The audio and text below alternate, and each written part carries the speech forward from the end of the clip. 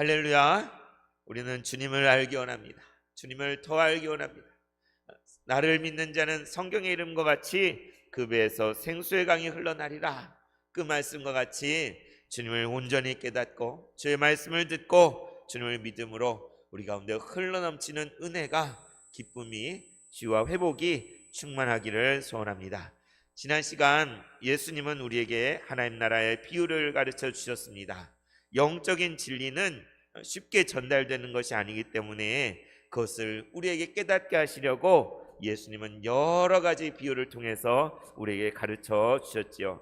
이 비유라는 것은 정말 진리의 깊은 것을 담아내는 것일 뿐만 아니라 또 어떤 사람들에게는 감추는, 그것을 깨닫지 못하게 하는 두 가지 역할을 한다고 지난 시간 나누었지요.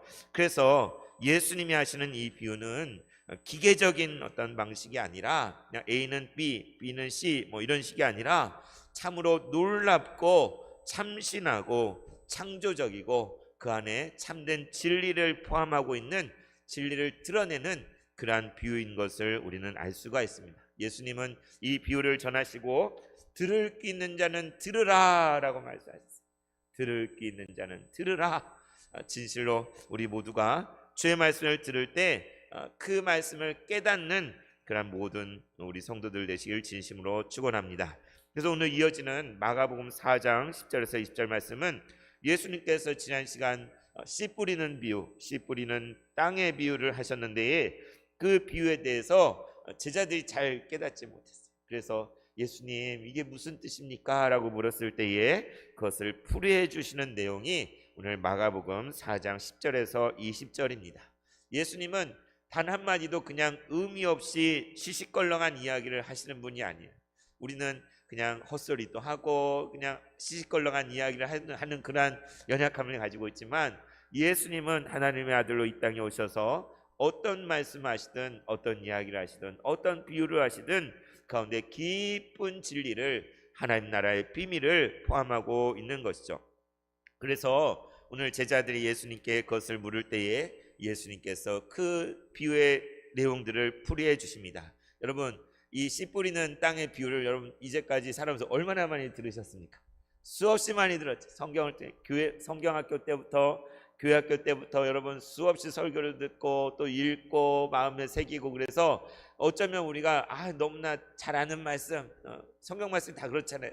너무나 익숙한 말씀, 나 설교도 무지 많이 들었고 그렇게 생각할 수 있는데, 오늘 우리가 주님 앞에 예배하는 가운데 예수님께서 풀이해 주신 그 말씀 앞에 나아가 그 옛날 제자들이 예수님께 물었던 것처럼 우리도 주님 곁에서 주님 우리에게 가르쳐 주신 것을 듣는 자가 되기를 원합니다. 들을 귀가 있는 사람이 될 수 있기를 소원합니다.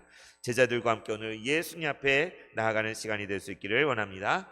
오늘 10절 말씀에 이렇게 되어 있습니다. 예수께서 홀로 계실 때에, 예수님 홀로 계실 때 함께한 사람들이 12제자와 더불어 그 비유들에 대하여 물었다라고 되어 있습니다.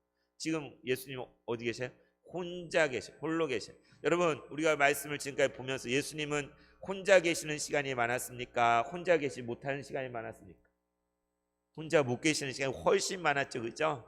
예수님 회당에서 가르치시고 바닷가에서 가르치시고 집에 들어가시면 집 안으로 사람들이 미어터지게 들어오고, 또 산으로 가시면 산으로 사람들이 따라오고, 바닷가로 가면 바닷가로 따라오고, 예수님은 홀로 계시지 못해 수많은 사람들이 예수님께 나와서 예수님의 가르침을 듣기를 원하였고, 병고침을 받기 원하였고, 귀신으로부터 자유함을 얻기를 원하였고, 그분의 말씀을 깨닫기를 원하여서 사람들이 찾아오고 또 찾아와서 주님은 쉴 틈이 별로 없었던 것을 우리는 알 수 있습니다. 심지어는 식사할 시간조차 없었고 또 가족들이 찾아오는데 만날 수조차 없는 그러한 상황들을 우리는 말씀을 통해 보았습니다. 그런데 오늘 예수님께서 홀로 계시는, 홀로. 어떻게 홀로 계실까요? 낮 동안에 이 비유를 가르칠 때 수많은 사람들이 몰려와서 예수님 곁에 있었는데 이제 밤이 깊고 이제 그랬을 때 사람들은 다 어떻게 해요? 집으로 돌아가잖아요, 그죠? 자기 집으로 돌아가서 잠을 잘 거 아니에요. 드디어 예수님 언제 혼자 계셔요? 깊은 밤, 깊은 밤, 새벽. 이 깊은 밤에야 비로소 예수님은 혼자 계실 수 있는 그런 시간들이 있었던 거죠. 여러분도 때로는 성도들과 함께하고 이렇게 나누고 예배하고 이런 게 기쁘고 좋은 일이지만 때로는 우리가 홀로 거해야 되는 시간도 필요하잖아요, 그죠? 홀로 하나님 앞에 나가. 예수님 혼자 계실 때 산에 오르셔서 아버지 앞에 기도하며 주님과 아버지와 교제를 나누는 그러한 특별한 시간들 늘 가지셨던 걸 여러분 아실 거예요. 그래서 우리 교회 가운데도 새벽 기도에 나오시는 분들 계시는데 정말 우리가 집이 멀어서 못 나오고 몸이 못 나오는 분도 계신 줄 압니다. 어디에 있든지 우리가 주님과 홀로 주님 앞에 나아가는 그 시간들 놓치지 않으시기를 바랍니다. 그런데 예수님이 이와 같이 홀로 계실 때 이제 좀 쉴 수 있는 그때에 함께한 사람들이 12제자와 더불어, 그러니까 예수님 홀로 계신다고 하지만 혼자가 아닌 거예요.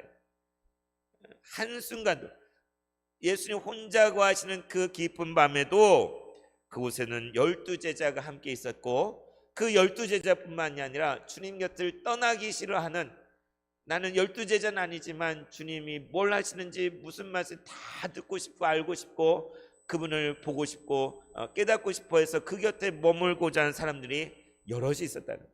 여인들도 있었잖아요. 예수님 믿는 여인들. 그리고 12제자는 아닐지라도 주님을 항상 따라다니는 그런 사람들이 곁에 있었던 걸 알 수 있습니다. 그런데 예수께서 홀로 계실 때 함께한 사람들이 12제자와 더불어 그 비유들을 물어보았다. 그 막 무리들이 많고 사람들이 많은 데서는 어떻게 물어볼 수가 없잖아요. 주님이 말씀하셔서 사역하시고 하시는데 거기 천천히 풀이를 해달라고 그런 여유가 없잖아요. 그런데 이제 그런 사람들이 다 물러가고 예수님만 계시는 그 시간에 이제 주님께 또 아이고 예수님 피곤하고 힘드시다. 그런데 궁금한 걸 어떻게, 알고 싶은 걸 어떻게 해요? 주님, 우리에게 그 비유들의 의미를 가르쳐 주십시오. 그게 무슨 뜻인지 우리는 종체 모르겠습니다 라고 나아간 것이죠. 예수님께서 들을 끼 있는 자는 들을지어다 라고 말씀하셨는데, 사실 예수님 곁에 12제자를 포함해서 그때 모든 사람들이 이거 너무나 쉬운 이야기인데, 농사 짓는 얘기인데, 농부가 씨를 뿌리는 이야기인데 뭐 이해 못할 게 없잖아요. 무슨 소리를 하는지 다 알잖아요. 길가가 무엇이고 가시떨기가 무뎌진 씨가 어떻고 또 돌짝밭에 뿌린 씨가 어떻고 좋은 밭에 뿌린 씨가 어떤 열매를 거두니까 우리 누구나 다 아는 이야기잖아요. 그런데 그 말씀을 하셨다면 그게 단순히 농사를 우리에게 가르쳐 주시려고, 우리에게 농사에서 수확을 많이 거두는 법을 가르쳐 주시려고 이 얘기를 하신 게 아니잖아요. 그런데 알 것 같으면서도 분명히 잘 모르겠고, 그래서 계속 기다렸다가 이제 주님이 혼자 계신 그때에 찾아와서 주님께 구하는 것이죠. 예수님, 그 비유들을 가르쳐 주십시오. 그게 무슨 뜻입니까? 잘 이해를 못하겠습니다. 가르쳐 주십시오. 이렇게 나온 것이죠. 여러분, 우리는 이 제자들과 같이 그런 모습으로 항상 나아가야 돼요. 주님 앞에 나아갈 때는 나 신앙생활 오래 했고 믿음도 좋고 성경도 많이 읽었고 그래서 나 다 알아, 나 성경을 통달했어, 이렇게 말하는 사람이 누구예요? 바리새인들, 서기관들이잖아요.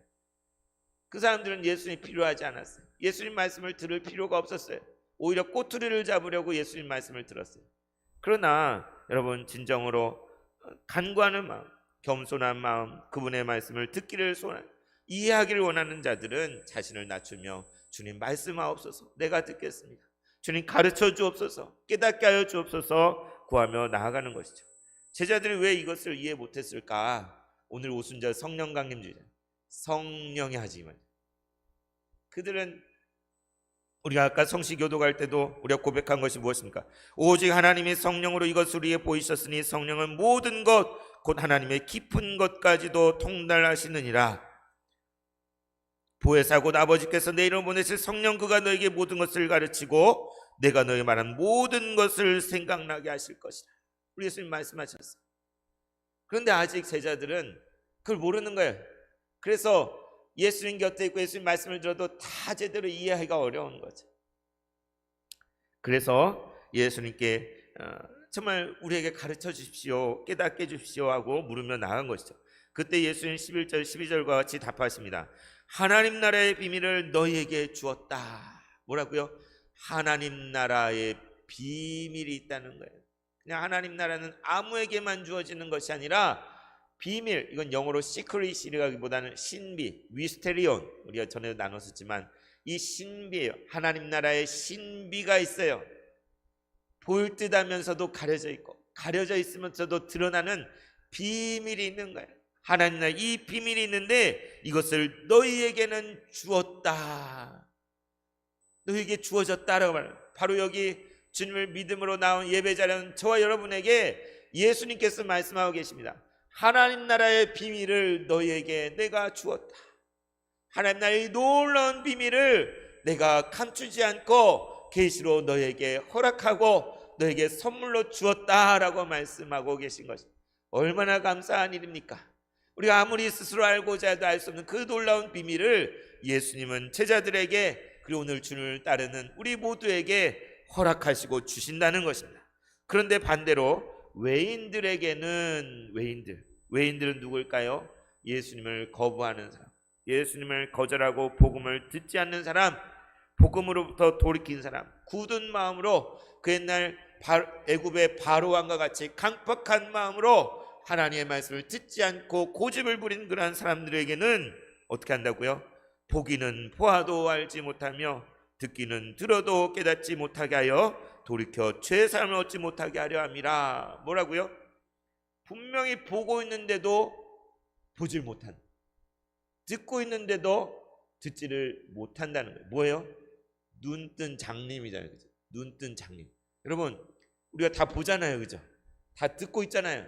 그런데 우리가 본다고 이야기하고 듣는다고 이야기하는, 진짜 봐야 될 것을 못 보면서 본다고 할 수 있어요.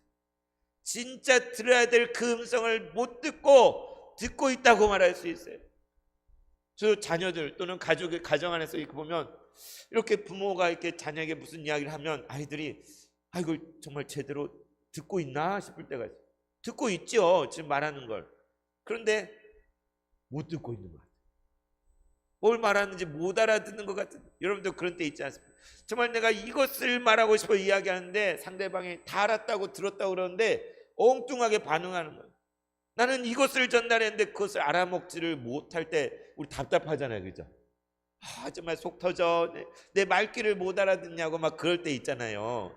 그런 것처럼 듣기는 들어도 듣지 못하며 보아도 보지 못하게 하려 하신다. 이 비밀을, 이 비유를 통해서. 여러분, 수박 겉핥기라는 거 있지 않습니까? 수박 겉핥기. 여러분, 수박을 보고, 수박이 어떻게 생겼습니까? 녹색의 검정 줄무늬가 있잖아요. 그래서 그 수박의 겉을 이렇게 핥아보고, 나 수박을 알았다. 수박은 밍밍한 맛이구나.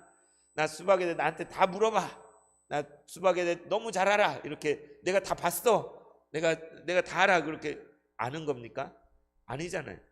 수박을 갈라서 그 안에 빨간 속살을 먹어보고 화채도 만들어보고 그 단맛을 봐. 이게 수박이구나.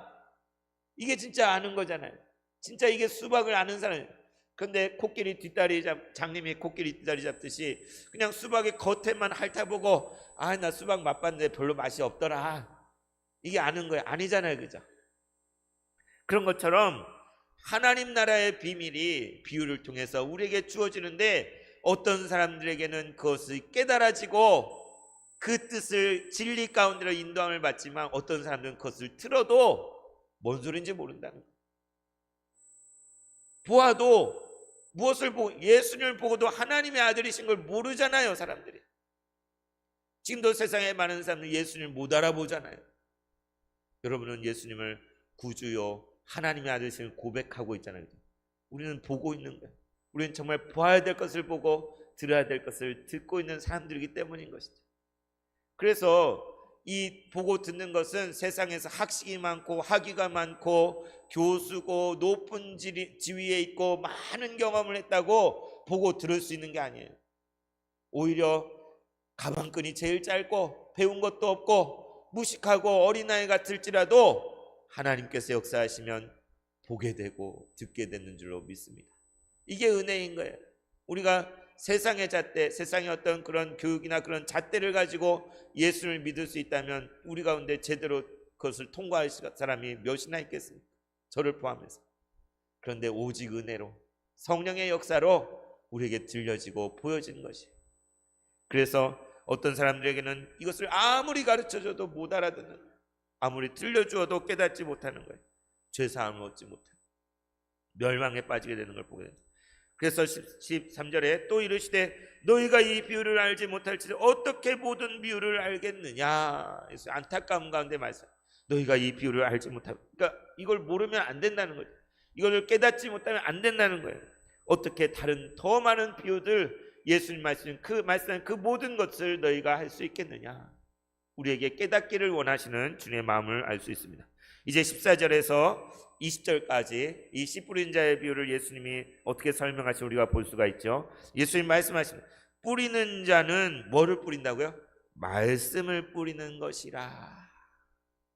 뭘 뿌린다고요? 이 뿌리는 사람이 뿌리는 이 씨는 말씀이다. 태초부터 계신 그 말씀, 생명의 말씀 되신 하나님의 말씀, 하나님 말씀으로 역사하시잖아요. 지금도 여러분 말씀 앞에 나오고 말씀을 듣고 있지 않습니까?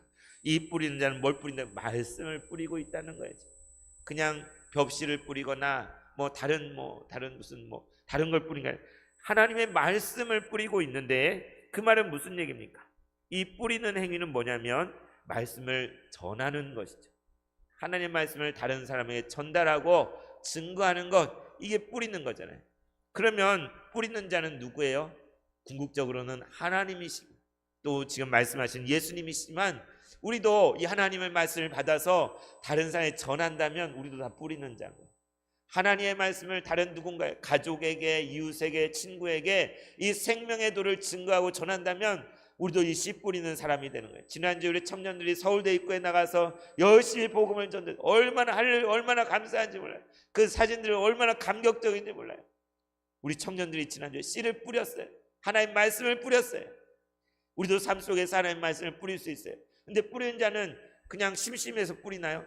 그냥 내가 시간도 많은데 할 일이 없으니까 씨나 뿌리자, 이런 농부가 있겠습니까? 그냥 내가 씨가 남아도니 그냥 좀 뿌려볼까? 그게 아니라 씨 뿌리는 사람은 소망을 가지고 뿌리는 거죠. 장차 열매를 바라고 이 씨를 뿌려서 이 씨가 씨앗이 자라서 무성하게 자라 아름다운 열매와 과실들을 맺기는 그 소망을 가지고 씨를 뿌리는 거 아니겠습니까? 열매 맺기를 바라는 소망 가운데 씨를 뿌리는 거예요. 우리도 하나님이 주신 이 생명의 말씀, 이 복음을 계속해서 뿌리는 우리 모두가 됐으면 좋겠어요. 이 생명의 말씀을 소망을 가지고, 그것이 길가가 됐든 돌짝밭이 됐든 우리는 모르잖아요. 가시떨기가 좋은 밭이 우리는 모르잖아요. 그러나 우리에게 주신 그 사명을 가지고 이 생명의 말씀을 전하고 뿌리는 모든 새봉천교회 성도들 되시기를 진심으로 축원합니다. 우리는 열매를 맺기를 소망해요. 영혼이 구원받기를 소망해요. 우리 자신이 하나님의 풍성한 복을 누리며 이 복이 다른 사람들에 흘러가기를 소망하고 있습니다. 우리가 바로 뿌리는 사람, 우리가 이 씨를 뿌리고 있어요. 열매 맺기를 소망하는 가운데 이 씨를 오늘도 뿌리고 내일도 뿌리고 매일매일 우리 삶을 통해 이 씨 뿌리는 일을 하는 것, 말씀을 뿌리는 일을 하는 것입니다. 얼마나 귀한 일입니까? 그 일에 지치지 않고 함께 하시는 여러분 모두가 되시기를 축원합니다. 그래서 이 뿌리는 자가 말씀을 뿌리는데 각각 네 가지의 반응이, 첫 번째, 말씀의 길가에 뿌려졌다는 것은 누구를 가리킵니까? 말씀을 들었지만 사탄이 즉시 와서 그 뿌려진 것을 빼앗아가는 경우를 말하는 거예요. 길가에 뿌려진 씨를 새가 와서 쪼아 먹어버리잖아요. 어떤 사람들이에요? 하나님 말씀이 들려지는데도 그냥 거부하는 사람들. 나 싫어요, 안 들을래요. 처음부터 그냥 방어막을 치고 아예 들으려고 하지 않는 그런 사람들이 여기에 해당되는 거예요. 그죠? 여러분도 어쩌면 처음에는 그랬을 수 있어요. 처음에 누군가 나에게 복음을 전할 때 나 절에 다녀요, 나 상관없어, 나 절에 다녀서 이거 예수 나한테 전하지 마세요. 우리도 이랬을 수 있잖아요. 그죠? 이 길가에 뿌려졌다는 것은 처음부터 듣지 않으려는 사람들, 처음부터 외면하는 사람들, 실제 수없이 많아요. 그죠? 아무리 좋은 게 있어도 아무리 귀한 것, 놀라운 것을 전하려고 해도 기분 나쁘면, 우리는 한국 사람 그런 데잖아요. 기분 나쁘면 천국도 안 간다. 나 기분 나빠, 나 싫어, 이럴 수 있잖아요. 처음부터 듣지 않는 사람, 그런 사람들이 어떻게 보면 길가에 뿌려진 씨앗, 그 길가와 같은 것이죠. 두 번째로 또 이와 같이 돌밭에 뿌려졌다는 것은 이들을 가리킴이니 곧 말씀을 들을 때 즉시 기쁨으로 받으나, 감사해요. 말씀을 들었을 때 그걸 받는 거예요. 기쁨으로. 아, 좋다 하면서 그 말씀 받아들인 거예요. 이 돌짝밭에 좀 흙이 있잖아요. 그러니까 씨가, 뿌리가 조금은 나온 거예요. 아우, 좋다고. 우리가 복음을 전할 때 아우, 좋습니다 하고 교회 나올 수 있잖아요. 그런데 어떻게 돼요? 보면은 그 속에 뿌리가 없어 잠깐 견디다가 말씀으로 인하여 환난이나 박해가 일어나는 때에 곧 넘어지는 자요. 넘어지는 자. 복 받을 줄 알고 교회 나왔어요. 근데 교회 나왔는데 아유, 계속 일이 잘 안 풀리고 막 힘들어요. 교회에서 뭐 좋은 거 준다고 해서 나왔어요. 근데 더 이상 뭐 주는 것도 없고, 교회 갔더니 시간만 뺏기고, 뭐 이렇게 모르겠고, 그러면은 교회 괜히 나왔어 이럴 수 있잖아요. 전에 제가 섬기던 교회에 어떤 집사님이 남편을 위해 그렇게 기도해요. 남편이 교회 나오게 해달라고 구원받게 기도했는데 오늘 기적같이 남편이 교회 나왔어요. 얼마나 기쁜 일, 같이 기뻐했어요. 그런데 예배 마치고 내려가 계단에서 넘어져 다쳤어요. 믿음이 없는 사람들 어떻게 생각해요? 아이고, 교회 나와서 다쳤어. 그 종교가 한 집안에 두 개가 있으면 안 되는데 괜히 교회 나와가지고 다친 거 나오면 안 돼. 이렇게 생각하기 쉽잖아요. 그렇게 생각 안 해. 교회 안 왔으면 안 다쳤을 텐데 괜히 교회 나와가지고 나 다쳤어. 근데 어떻게 생각할 수 있어요? 내가 정말 진리로 하나님 품으로 나오니까 악한 영들이 나를 방해해가지고 이렇게 나를 다치게 하고 넘어지게 하는구나. 이렇게 생각하면 다쳤어도 그것에 시험에 들지 않고 더 열심히 교회 나야지 이럴 수도 있잖아요. 그죠? 다행히 그분은 두 번째 계단에 넘어졌다고 재수 없어 해가지고 교회를 안 나온 것이 아니라 계속 신앙생활 하시더라고요. 여러분, 그렇지 않습니까? 사람들 가운데는 잠깐 믿어볼까? 뭐 괜찮나 하고 기웃기웃하고, 당시 예수님 복음을 전할 때도 그 수많은 무리들이 예수님께 뭔가 좋은 게 있을 것 같고 복받을 것 같고 병이 나을 수 있을 것 같고 그래서 나오고 찾아오고 그랬어요. 그러나 여러분, 10명의 문둥병자 중에 사마리아인 한 명만 돌아왔잖아요. 그 병이 나으니 예수님께 돌아와서 감사한 사람, 무릎 꿇고 감사한 사람, 그 청년 하나였잖아요. 나머지는 그냥 나으니까 신난다고 그냥 가버렸잖아요. 이처럼 이건 예수님 정말 실제를 얘기한 실제, 어디 먼 나라 이야기를 하는 것이 아니라 당시의 사람들뿐만 아니라 오늘날 복음을 듣는 사람들 가운데 교회에 처음 발걸음을 했다가 몇 번 나오다가 많은 그런 사람들을, 바로 이런 사람들인 거죠. 별 볼 일 없네. 오히려 일도 잘 안 풀리고, 교회 다니면 일들이 다 잘 풀릴 줄 알았는데, 문제가 다 사라질 줄 알았는데, 자식들이 속 안 썩일 줄 알았는데 더 썩이네. 교회 잘못 나왔네. 이런 사람인 거죠. 자, 이제 세 번째, 또 어떤 이는 가시떨기에 뿌려진 자니. 참 안타까운 사람이에요. 이 사람은 이들은 말씀을 듣기는 하되, 들었대요. 말씀을 들었대요. 그래서 뿌리가 내리고 잎사귀가 나고 자라긴 자랐어요. 그런데 세상의 염려와 재물의 유혹과 기타의 욕심이 들어와 말씀을 막아 결실하지 못하게 됐다. 이거야말로 진짜 안타까운 거예요. 처음부터 교회를 안 나오거나 몇 번 나오다가 말거나 그러면 뭐 그럴 수 있잖아요. 안타깝지만. 근데 여전히 교회 나오고 예배도 나오고 헌금도 하고 이렇게 성도라고 불려지고 하지만 열매가 없어요. 결실을 해야 되는데 결실을 하지 않는 거예요. 무슨 이야기입니까? 예수를 믿는다고는 하지만 사실 온전히 예수님을 영접하지 않아서 여전히 자기의 염려들, 걱정들, 그러니까 주님은, 예수님 우리 주님이시잖아요. 우리 인생의 주인이시잖아요. 그런데 여전히 자기 자신을 꽉 붙잡고 있는 거예요. 내 인생의 주인은 놓치고 싶지 않아서, 이 운전대를 놓고 싶지 않아서 주님께 맡기면 내 삶이 거덜나고 큰일 날 것 같아가지고 맡기질 못하는 거예요. 교회는 여전히 나오고 말씀은 여전히 듣고 신앙생활 한다고 하는데, 그런데 정작 그의 삶을 보면 자기가 자신의 주인이 되어서 모든 염려와 걱정을 싸질머지고 세상의 유혹과 그런 모든 욕심들에 사로잡혀서 예수님 옆에 가만히 계세요. 내가 운전하겠어.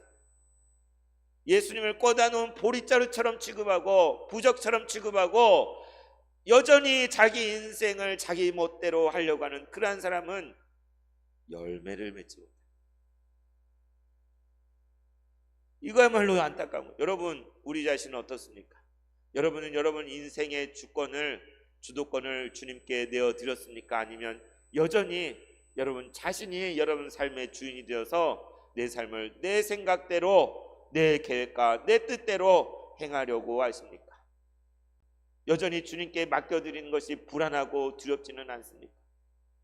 내가 붙들고 있어야 될 것 같고, 내가 내 삶을 책임져야 될 것 같고, 그런 삶을 살고 있지는 않습니까? 이 가시떨기에 떨어진 씨앗, 이것은 자라긴 자는 풀도 나고 무성하게 자라긴 자랐는데 열매를 맺지 못할, 열매를 맺도록, 얼마나 안타까운지. 그런데 마지막에 좋은 땅에 뿌려졌다는 것은 곧 말씀을 듣고 받아들여서 30배, 60배, 100배의 결실을 하는 자다라고 예수님께서 설명을 해주시는 것이죠. 여러분 이 말씀을 들을 때 어떤 생각이 드세요? 길가이고 싶은 분 계십니까? 그냥 가시떨기나 돌밭이고 싶은 분 여기 한 분도 안 계실 거예요. 누구나 좋은 밭이 되고 싶잖아요. 좋은 밭이어서 30배, 60배, 100배의 결실을 거두었으면 하잖아요. 그러면 우리 어떻게 생각할 수 있어요? 야, 좋은 밭이 되어야지.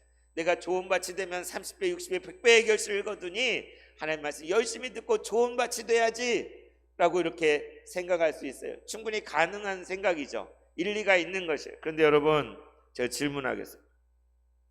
여러분이 스스로 좋은 밭이 될 수 있을까요? 밭이 스스로 자기를 좋은 밭으로 만들 수 있어요?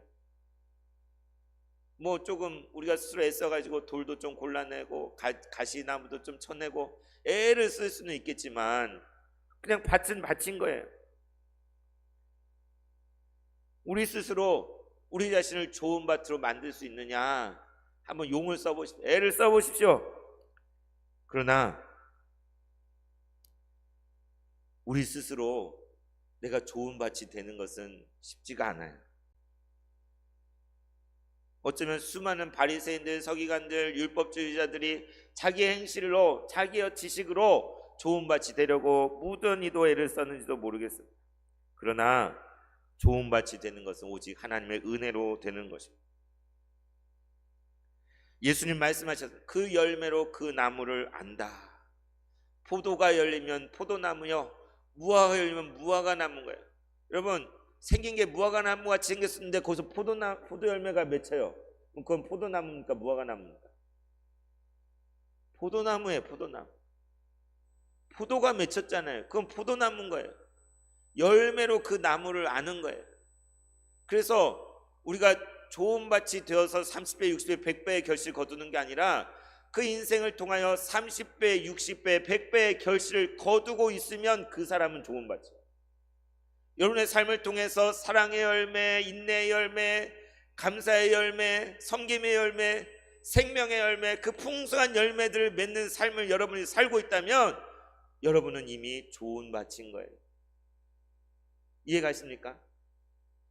열매로 그 나무를 아는 거예요.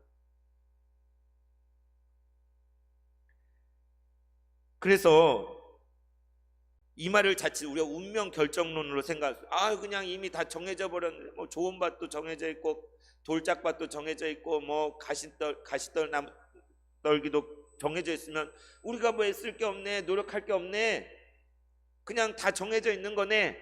성경은 그것을 말하지 않죠. 사실 여러분, 우리는 누구냐면, 저 여러분은 사실 우리가 바로 길가이고 우리가 돌짝밭이고 우리가 가시떨기예요. 우리는 우리 스스로 하나님 말씀을 깨달을 수 있는 지혜가 하나도 없어요. 하나님 나라의 비밀이 주어져도 그것을 스스로 깨달을 수 있는 능력이 우리 안에는 없는 거예요. 여러분, 예수의 제자들을 보십시오. 이 비유를 곁에 들었어도 하나도 깨닫지 못하잖아요. 우리가 복음서를 통해 알 수 있는 것은 제자들이 앞으로 계속 보여주는 건 뭐냐면 계속 헛다리 짚는 거예요. 예수님이 진리를 말씀하시고 모든 것을 가르쳐 주시는데 예수님과 함께 먹고 자고 같이 생활하면서도 계속 헛다리를 짚고 엉뚱한 소리하고, 옛날엔 너무나 말씀 보면서 제자들 너무 한심하다, 어떻게 이렇게 바보 같을 수가 있을까, 계속 예수님 뜻을 깨닫지 못하고 엉터리 소리만 하네, 그렇게 생각을 했는데 어느 날 깨달았는데 그게 저희 제자들의 모습이 제 모습. 하나님을 안다고, 예수님을 안다고 자랑하는 내가 이 제자들처럼 계속 헛다리 짚는 사람, 깨닫지 못하는 사람, 어리석은 사람, 열매 맺지 못하는 게 바로 저라는 걸 깨달았어요. 여러분 어떻습니까? 우리는 사실 모두가 길가요, 돌짝밭이요, 가시떨기. 그런데 우리를 좋은 밭이 되게 하시는 분은 바로 하나님, 성령께서 역사하실 때에 우리의 지각이, 우리의 영이 깨어나고 진리를 깨닫게 됩니다. 예수님을 그리스도라라고 고백할 수 있게 되는 거예요. 성령으로 말미암지 않고는 그 누구도 예수님을 주님이라 그리스도라 고백할 수 없다고 하셨어요. 우리가 예수님을 구주로 고백하고 한 것은 내 지혜로 한 것이 아니라, 내 능력으로 내가 고백하는 것이 아니라, 우리 안에 성령께서 임하셔서 예수님을 알아보게 하시고 고백하게 하시고 주를 믿게 하시고 우리의 삶을 통해 열매 맺게 하시는 줄 믿습니다. 여러분, 이제도 오늘 오순절 성령 강림 날처럼 정말 만민에게, 마지막 날 만민에게 내가 하나님의 영을 부어주리라 주님 말씀하셨고 이미 부어주셨습니다. 성령께서 역사하고 계십니다. 이 세상 가운데 성령께서 함께하고 계십니다. 지각이 없는 자의 지각을 열어주시고 깨닫게 하시고 그리스도 앞에 나오게 하신 분은 예수 그리스도, 그분의 성령이십니다. 여러분, 이제도 우리가 하나님 말씀을 들을 때에, 하나님 말씀 앞에 나아갈 때에, 우리의 삶을 추구할 때에 성령님께서 깨닫게 하시고 하나님 나라의 비밀을 깨닫게 하셔서 그 놀라운 보화를, 밭에 값진 보화를 소유하며 아름다운 열매 맺는 삶을 살아야 되지 않겠습니까? 우리는 기도하는 거예요. 주님, 나를 좋은 밭이 되게 하여 내게 깨닫게 하여 주십시오. 내게 성령에 임하여 주셔서 진리를 깨닫게 하여 주시고 열매 맺게 하여 주시옵소서. 이것이 우리 모두의 기도가 될 수 있기를 진심으로 축원합니다. 찬송가 190장 함께 부르겠습니다. 185장 함께 부르겠습니다. 이 기쁜 소식을 온 세상 전하세요. 성령이 오셨다.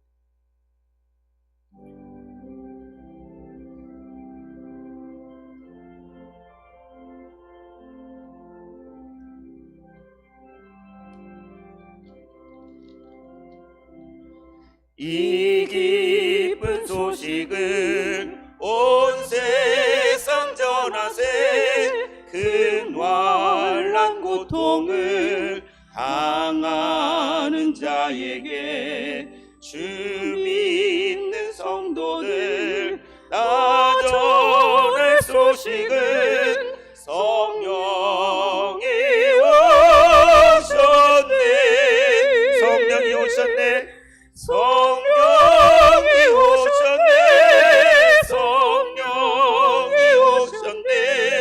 내 주에 보내신 성령이 오셨네. 이 기쁜 소식을 온 세상 전하세. 성령이 오셨네.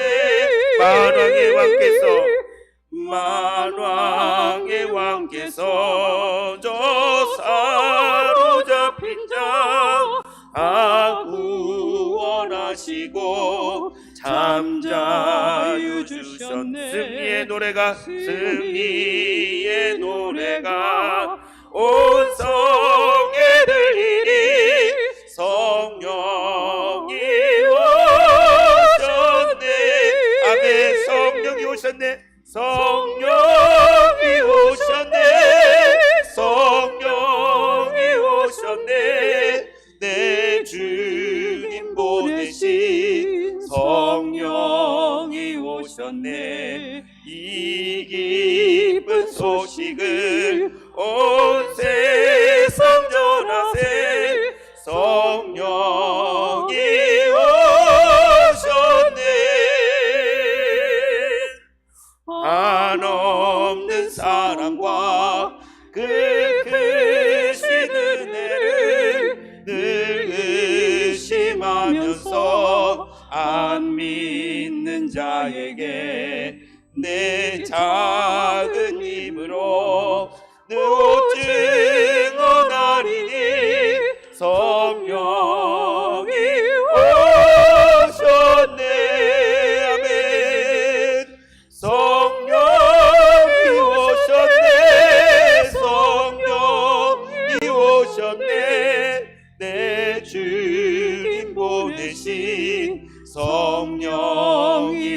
오셨네. 이 기쁜 소식을 온 세상 전하세. 성령이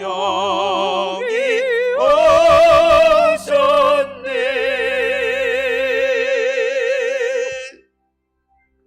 하나님 아버지, 주님 감사합니다. 씨 뿌리는 자가 되어 주의 생명의 씨를 뿌리는 그러한 자들로 우리가 쓰임받게 하여 주시고, 길가와 같고 돌짝밭과 같고 가시떨기와 같은 자를 좋은 밭이 되게 하셔서 믿음으로 나오게 하시고, 예수님을 영접게 하여 주시고 30배, 60배, 100배의 열매를 거두게 하시는 주여, 이제 우리의 삶을 통하여 풍성한 열매를 맺게 하여 주시고 하나님께 영광 돌려드리는 삶이 될 수 있도록 늘 성령께서 우리를 사로잡아 주시고 인도하여 주시옵소서. 우리의 영을 일깨워 주셔서 말씀을 깨닫게 하여 주시고 예수님을 온전히 들음으로 말미암아 주님께 기쁨이 되어지는 우리의 삶이 되게 하여 주시옵소서. 이 은혜와 이 복이 온 세상 가운데로 흘러가게 하여 주시옵소서. 이 모든 말씀 예수님 이름으로 기도드리옵나이다. 아멘.